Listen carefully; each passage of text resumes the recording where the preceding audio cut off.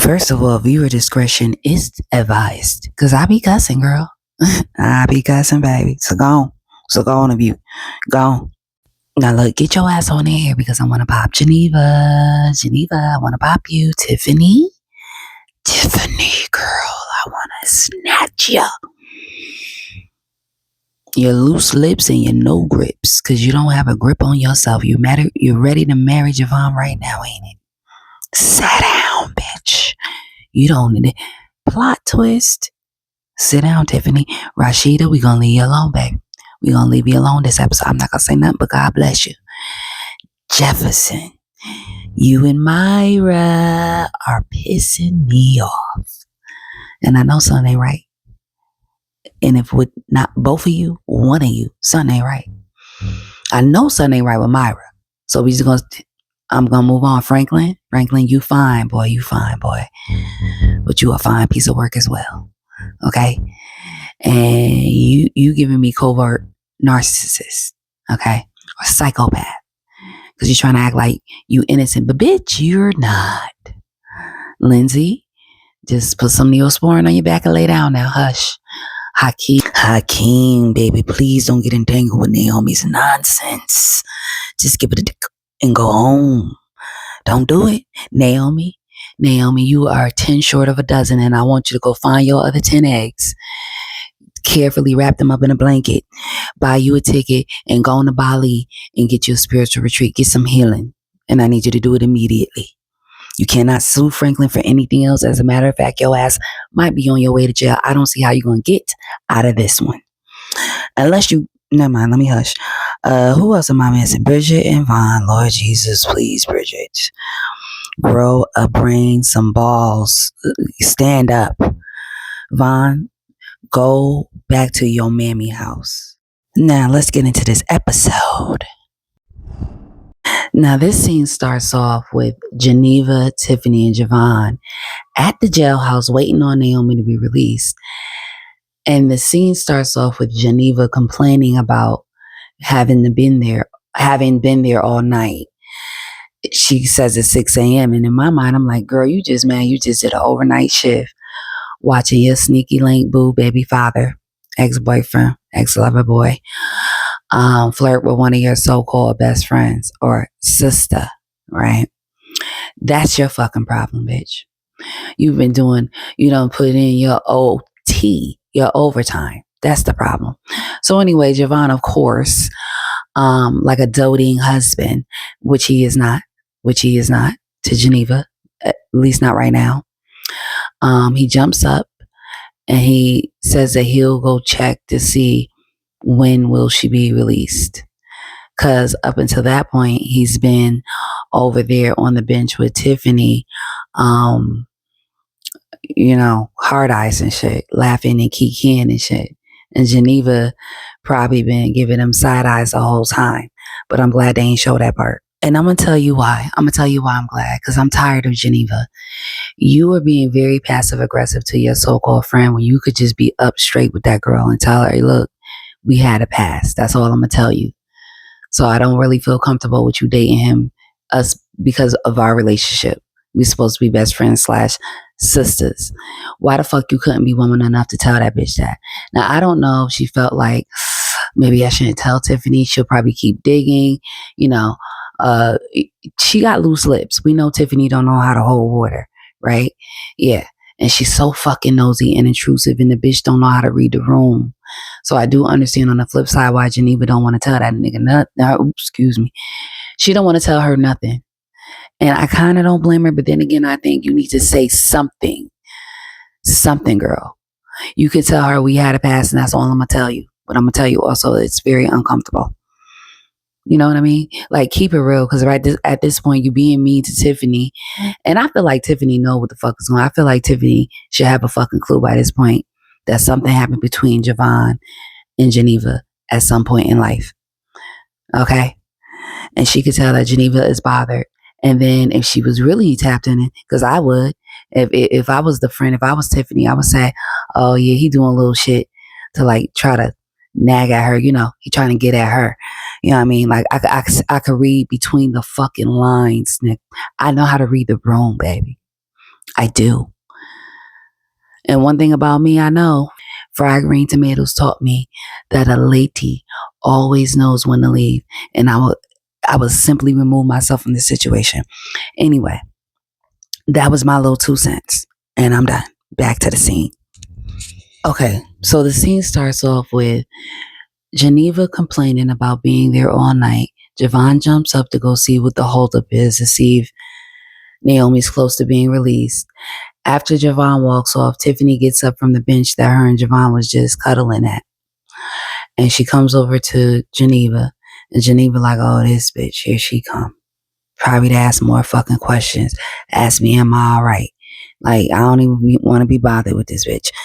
So Tiffany walks over to Geneva and says, I know it's been a shitty night. Geneva's like, bitch, no shit, girl. Don't come over here saying goofy shit to me. You are not one of my favorite people right now, sister. And I'm gonna be real with you. The part that pissed me off about Tiffany, she really annoys me. She gonna say, well, can you call Rashida? I would have said, bitch, why don't you call her? That's your friend too. I'm going through things right now. I don't want to. I would have if I felt like it, but Geneva's like, I'm gonna call her later, looking down at her arm and shit like, girl, go sit your ass back down. I don't feel like fucking talking to you. And I don't feel like answering your goofy ass fucking questions. I'm ready to go home. For real. But does Tiffany go away? No, fuck no. Hell no, that girl don't go away. She starts asking her, why you ain't telling me about Javon? And Geneva's like, well, what the fuck is there to tell? He was married, girl. And she goes, oh, well, he seems great. Yeah. And Geneva's like, yeah, seems. And then Tiffany's like, am I missing something? And Geneva says something like that. See, and then Tiffany goes, come on, girl, come on. She was like, you just gotta ask him. Ask him yourself, basically. And so Tiffany's like, oh, so there is something. I knew it. And Geneva's like, yeah, I don't know what to tell you, girl. And she was like, how long have you known him? And Geneva's like, a few years. Yeah, a few years. And she was like, what was his wife like? And Geneva shrugs her shoulders like, girl, I don't know. She was nice enough. Hell. Yeah, nice enough for me to still jump on her man. Ding-a-ling, ding-a-ling, ring-a-ling. Anyway, she was nice enough to let me ride on her pony. Well, she ain't let me, but let me go. And Geneva was like, girl, I don't know. I just learned about the divorce myself. Like, stop asking me shit about this nigga that I don't really want you to fuck with because he really was mine. It's supposed to be my nigga, so. And then Tiffany's like, yeah, but she's like, look, I don't know, girl. Ask him. Okay. And then she was like, all right, I'm going to just ask Rashida. And it's like, at this point, I'm like, Tiffany, read the fucking room and go sit down. You have a job where it requires some level of intelligence. Also, you need to be tapped in enough to know something ain't right. And this bitch don't want to tell me. So I'm going to find out on my own and I'm going to just remove myself from the situation. Because why? Because you too old to be playing fucking games. And Geneva, you're pissing me off because you don't need to be so passive fucking aggressive. You could just stand up and tell the bitch. You had a prime opportunity. This was the moment right here for you to tell her, yo, I used to fuck with old boy. That's all I'm going to tell you. You know what I mean? You didn't have to go into details. But no, here we are. With you. Still being a goofy bitch. Both of y'all. So after Tiffany asked the girl a million times, still asking about Javon, she was like, all right, girl, I see you don't want to tell me shit, so I'm going to let it go. And Geneva says, thank you. So you see what I'm saying? You see what I'm saying, girl? Go sit down. Now, the next scene go to Bridget. Bridget, girl. She calls Tiffany to check on them, and check on Naomi. She finds out they're still at the jail. She like, damn. And she volunteers to come, and they're like, no. We don't want you to come. We good. We probably about to leave. And she like, but I want to come. No, Bridget, but we don't want you to come, Bridget. You ain't gonna do nothing but just cause the hamster to continue to spin on a hamster wheel. The dog is gonna chase his tail in a circle. Cause that's what you make me feel like on the inside sometime when I see you. Cause I don't think you know whether you coming or going. Anyway, Bridget, stay home. Then Bridget tells him, all right, well, this shit hit the internet. And they're like, what? She like, yeah, girl, somebody at the church even recorded it. And they've all seen that Rashida ain't answering her phone for nobody. Anyways, child, Javon comes out. He says she's about to be released. And then Bridget says, well, I'll meet y'all at her house. They say, all right, holla at you. Then the next scene goes to Naomi. She comes dragging her wrinkling ass out. Girl, let's go, girl. Talking about her dress. Girl, fuck you in your dress. Bring your ass on so we can bring your ass home. You just like a badass little kid. I'm about done with you. I get. But yep, Geneva and them, why do they baby this bitch? What's going on? Why are they babying her? She must have had a hard past and they feel sorry for her. It's pity or some shit. Real talk. Is it empathy, sympathy, compassion? What is it? Huh? Because I know she has a soft side, and I know that she seems tough because she's really soft. And like Tupac said, we're harsh because we're really soft. All right, I understand that. That is me as well. But enough is enough, Naomi. Now get your ass in the car and let's go. Okay, child. The next scene go to Bridget asking herself, what the fuck am I doing? And then she answers herself saying foolishness. And then Vaughn wakes up and asks her, nigga, what? Bridget, we don't know what you're doing. Maybe you're sponsoring a slow child because that's what Vaughn is. Anyway, her and Vaughn get into an argument. He talking about he a content creator. He got mental health issues. And I'm going to be real with you. I used to date a YN too. And he got mental health issues. He disclosed to me, right? And this is my message to anybody with mental health issues. Go get you some fucking help. And stay the fuck away from people until you get healed to a certain point where your behavior does not impact others in a negative way. We're tired of you. We're tired of you pretending to be normal or somewhat normal, sane. The whole time you got a fire burning within you. Okay? And it's not the right type of fire. It's the type of fire that will bring a whole fucking city down. The whole fort. Like you're bleeding on others. Heal. We're not supposed to be dealing with that. If you know you have mental health issues, then why the fuck are you not seeing a mental health clinician? And you need to stay out of relationships and away from people until you heal. People need to learn how to get by themselves. Anyway, let's go back to the scene. That was my little message. Now this next scene goes to Calvin. Calvin is a very handsome, grown ass man. And Bridget, you need to let Calvin touch it. Blow on it. Sniff it. Look at it. Rub on it. Something, girl. Anyway, I'm sorry. Calvin showed up at her house to get his key. What key? The key that Vaughn had when Vaughn worked for him for that 24 hours or less. The key go to the safe. And he said, I don't got time to be calling a locksmith and doing all this other goofy shit when your goofy ass YN could just give me my key back and I can go about my business. And then he asked her, what the fuck you doing with this nigga? And she like, what? Excuse me? Girl, don't say excuse me. Excuse yourself from that relationship you in. If that's what from that situationship you in. From that daycare duty. Relieve you. Don't say that. Excuse yourself. He like, girl, you can, I will lay you down, spread it wide. She like, child, what you want? And he like, look, go in there and tell that nigga to get my key back. She go back in the room. Vaughn say he don't got it. She come back out, tell him he said he don't got it. He said, well, I'm gonna go get it, basically. And he bust up in the bedroom where Vaughn was trying to peacefully lay down with his unemployed, mentally disturbed ass. Calvin and Bridget storm in the room. Bridget wakes Vaughn up. He looks like, what the fuck is Calvin doing in my bedroom? Keyword mine, because ain't nothing yours. Calvin pushes Bridget out the way and says, yo, I need my key, nigga. Where this shit at? And Bridget like, Vaughn, you got this nigga key. Just give him his key back, please. Please give the man his key back. And he like, what part I don't have the nigga key? Do y'all not understand?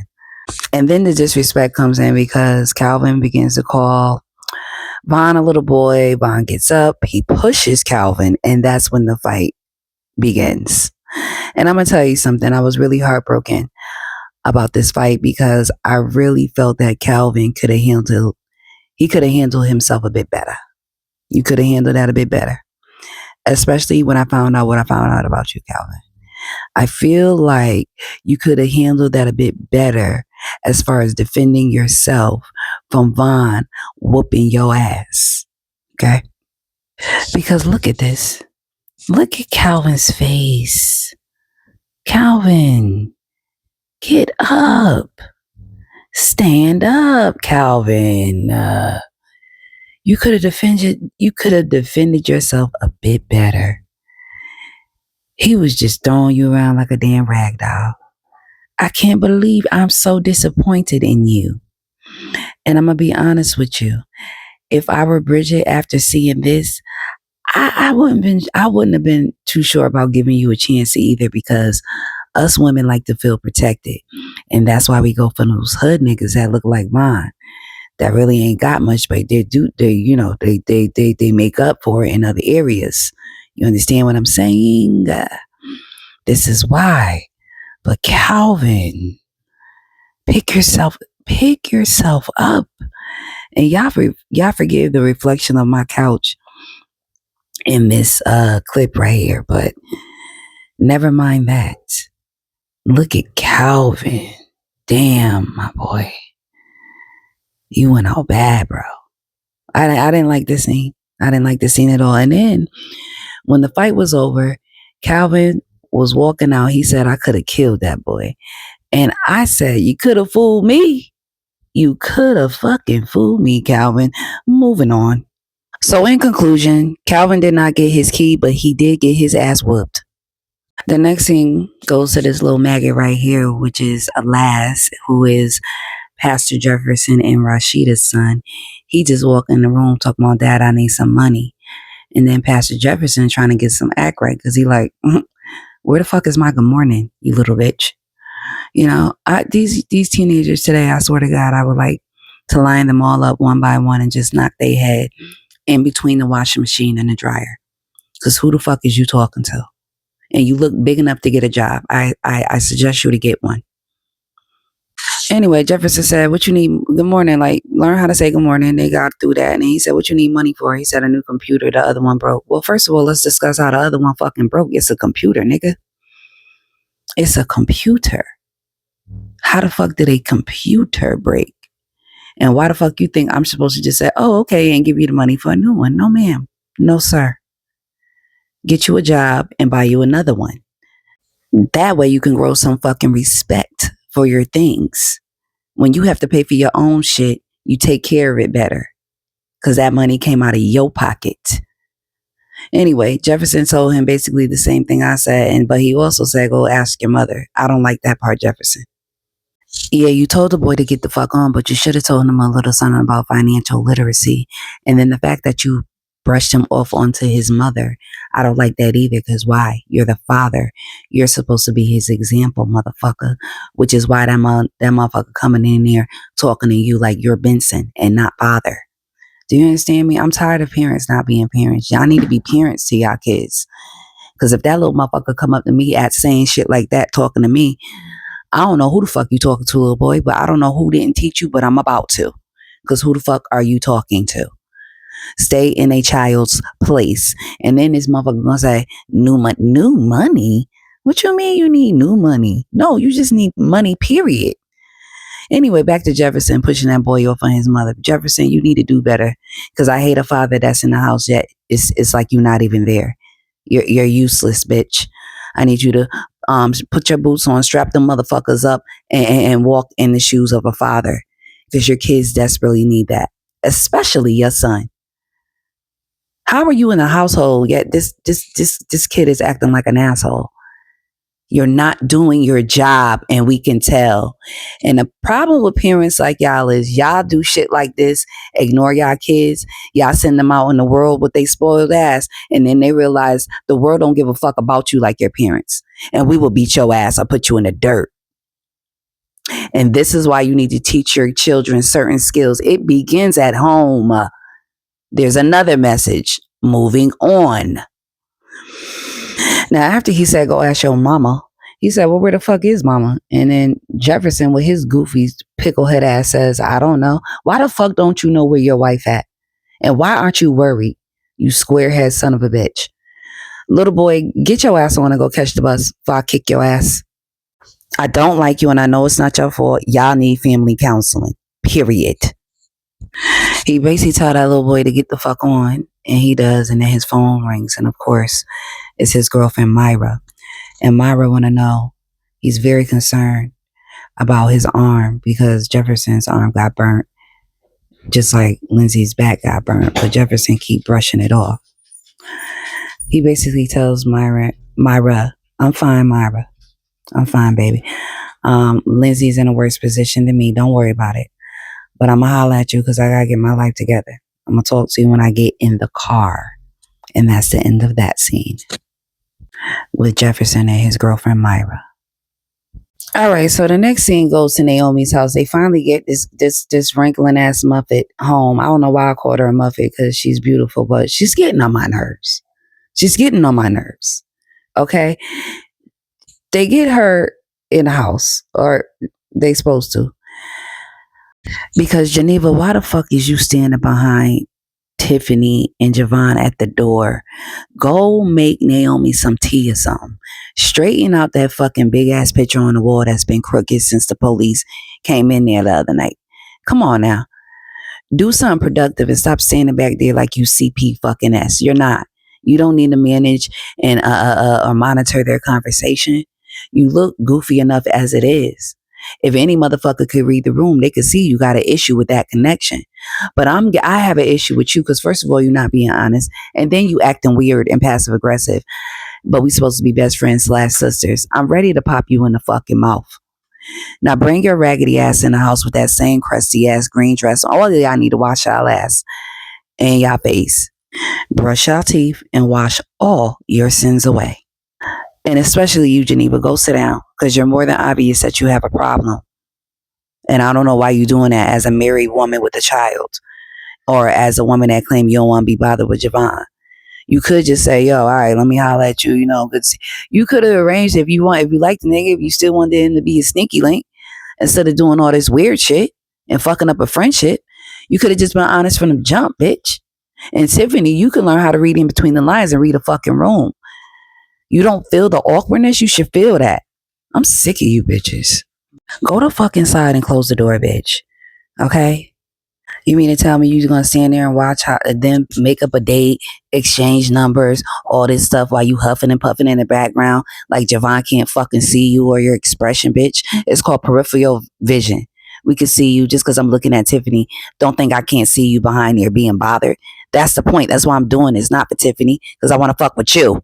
Javon even looked past Tiffany and looked at Geneva like, oh, you still here. Let me make it good. Then he gonna talk about we need to exchange numbers. And then when Tiffany took his phone to put her number in there, he gonna do a side eye to Geneva like, you see what I'm doing? You know you want me. You know you mad. If y'all don't get the fuck out of here with these schoolgirls, schoolboy games, I don't even want to be bothered. And this scene is so cringy between Tiffany and Javon. Then Geneva gonna say, Tiffany, I need some help in here. Well, bitch, you don't need no help. You a grown ass woman with a child. We know how to multitask.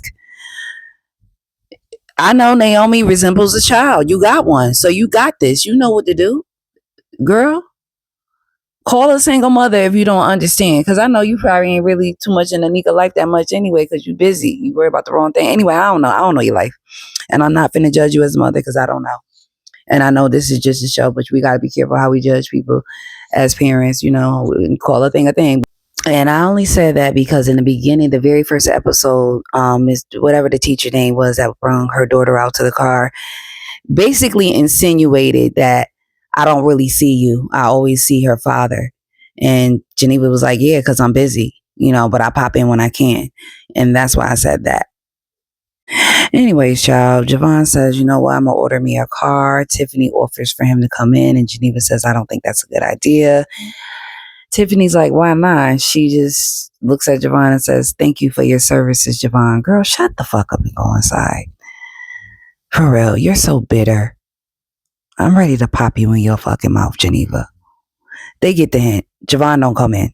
And thank you for your services. Did you really mean that, girl? Was you talking about the services he rendered to you 6 years ago that could have got you knocked up? Oh, let me hush. Mm.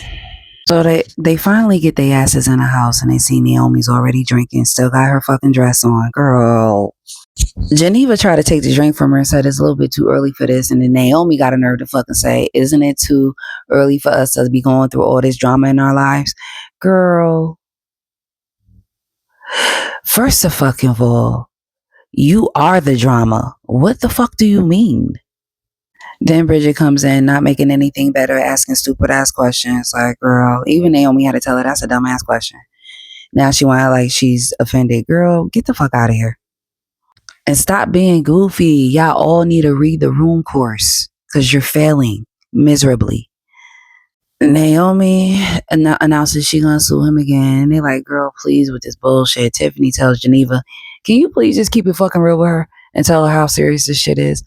And I would like to say, you should have told her to keep it real with you. I think you might have maybe already, but she also need to keep it real, period, with everybody. But moving on. Geneva basically tells her, girl, this wasn't no cat fight. Like, that girl got third degree burns. You finna go down.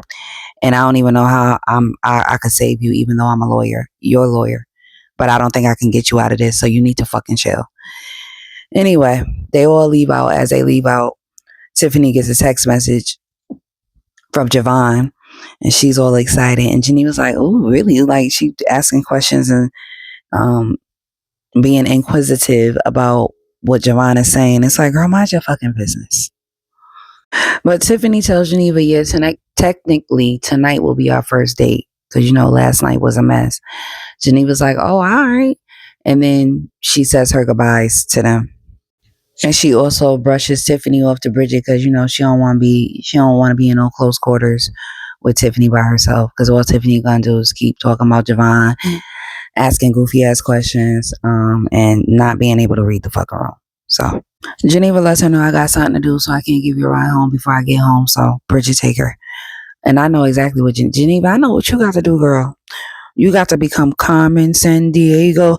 I know what you about to do, Jessica Fletcher.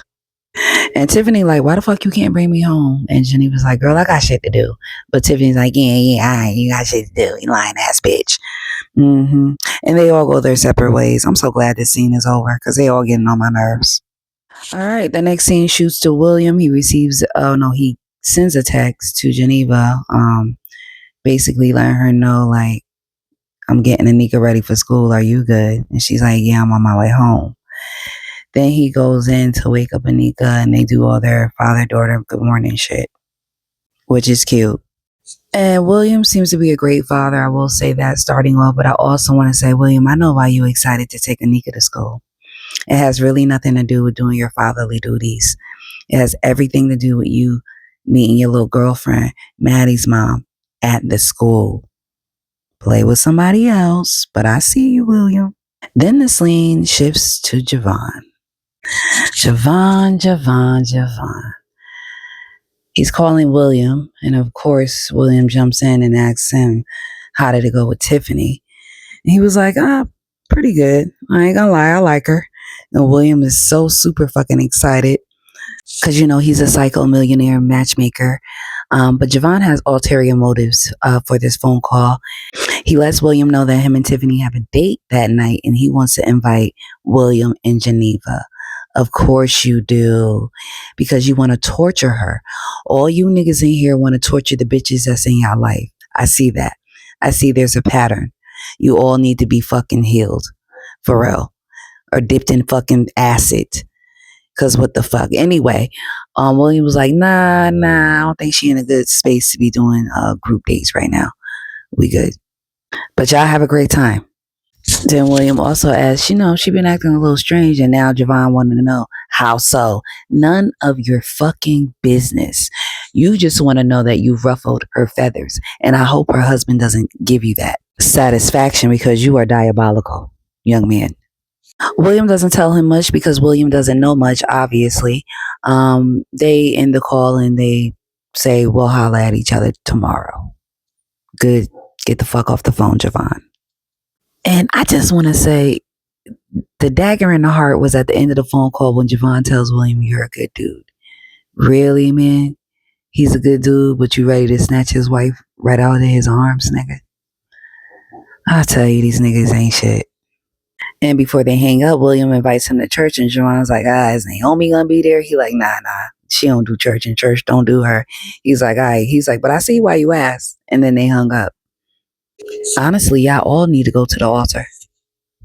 Now, the next scene, we go to Tiffany and Bridget in the car with Tiffany talking about some, wow, all the beauty in this chaos. Girl, shut up. Don't start reciting poetry for Javon. And that's basically what Bridget said. She like, girl, you just met this nigga 20 minutes ago. You in love already? And Bridget like, girl, you like that man? And here's where the title of this episode comes from. Tiffany said, he's a breath of fresh air. Really? Well, don't hold it. Don't hold your breath.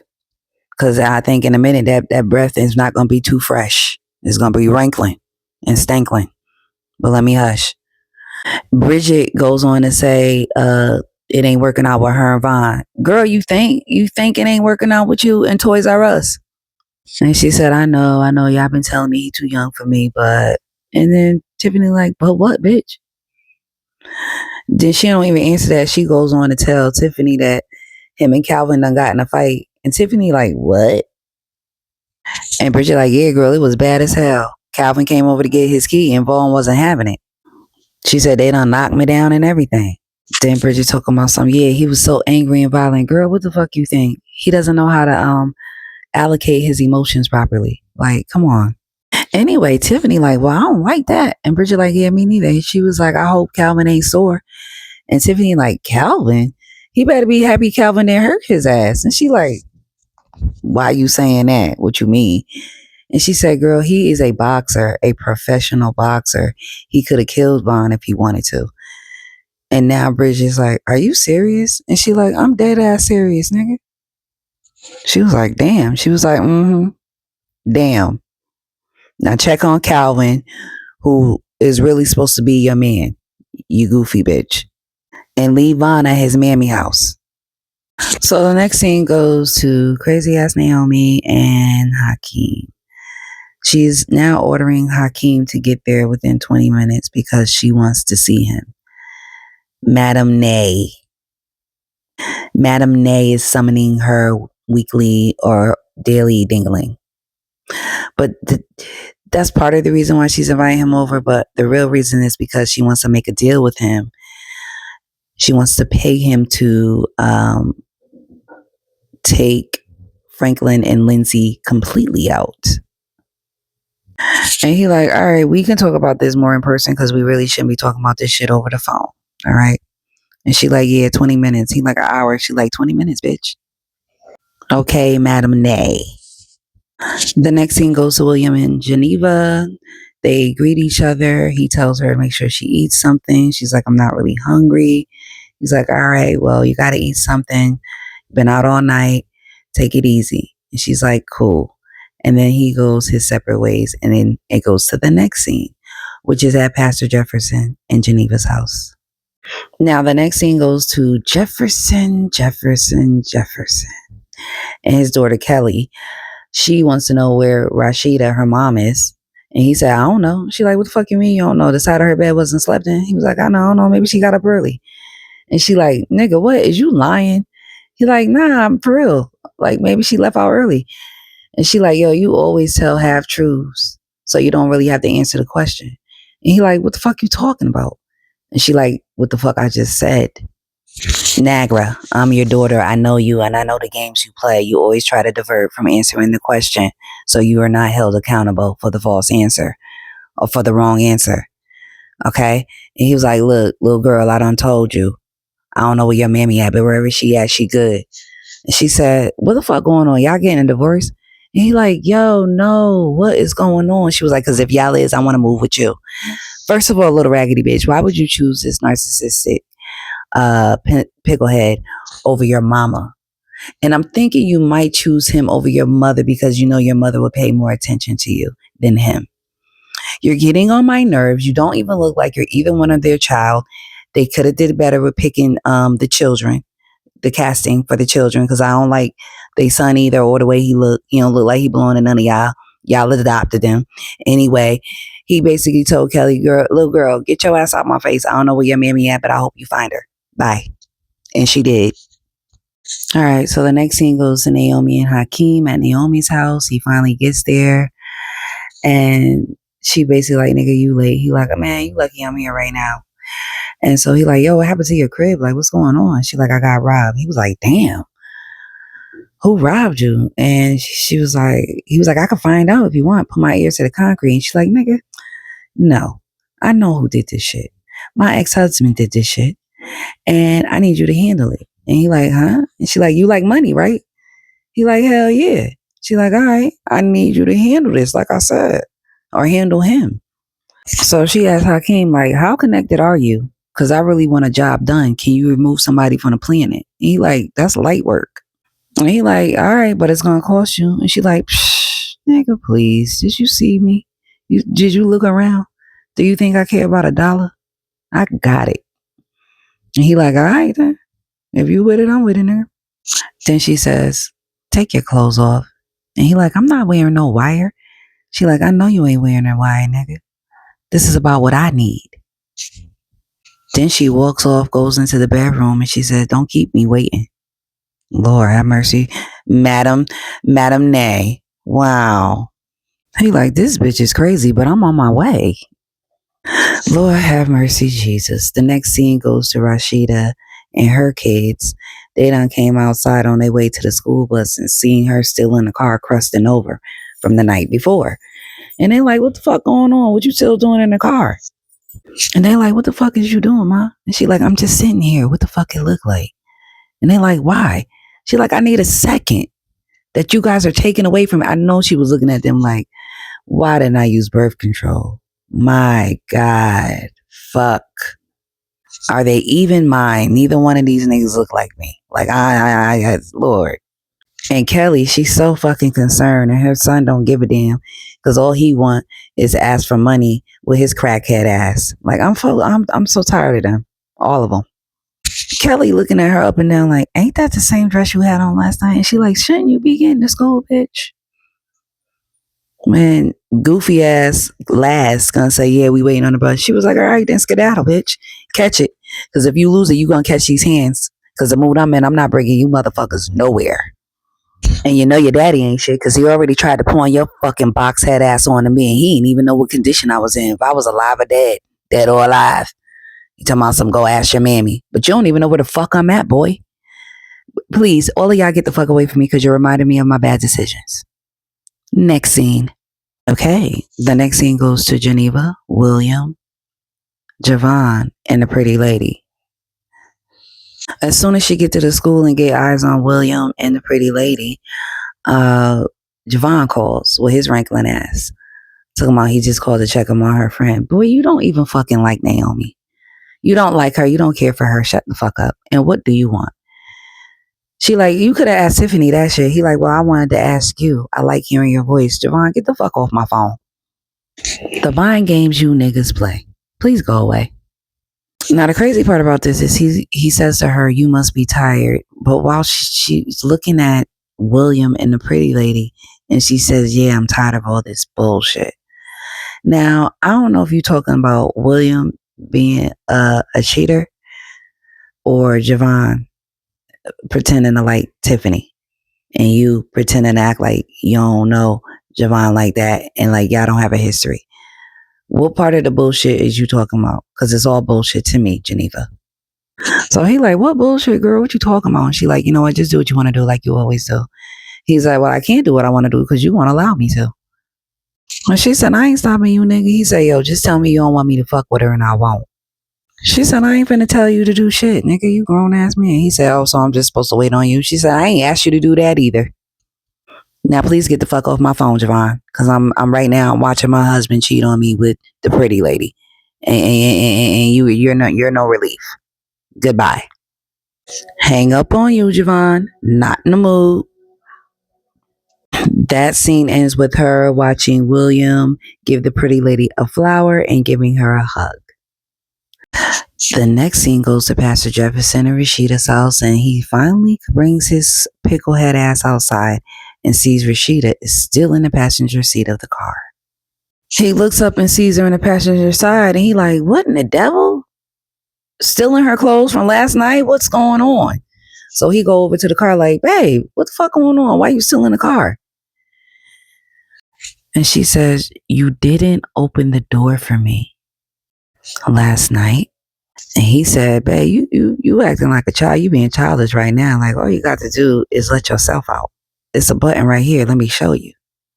And she looked at him like, bitch, what did you say to me? No, the fuck I'm not. You have no idea the principle of this situation. It's the principle, bitch.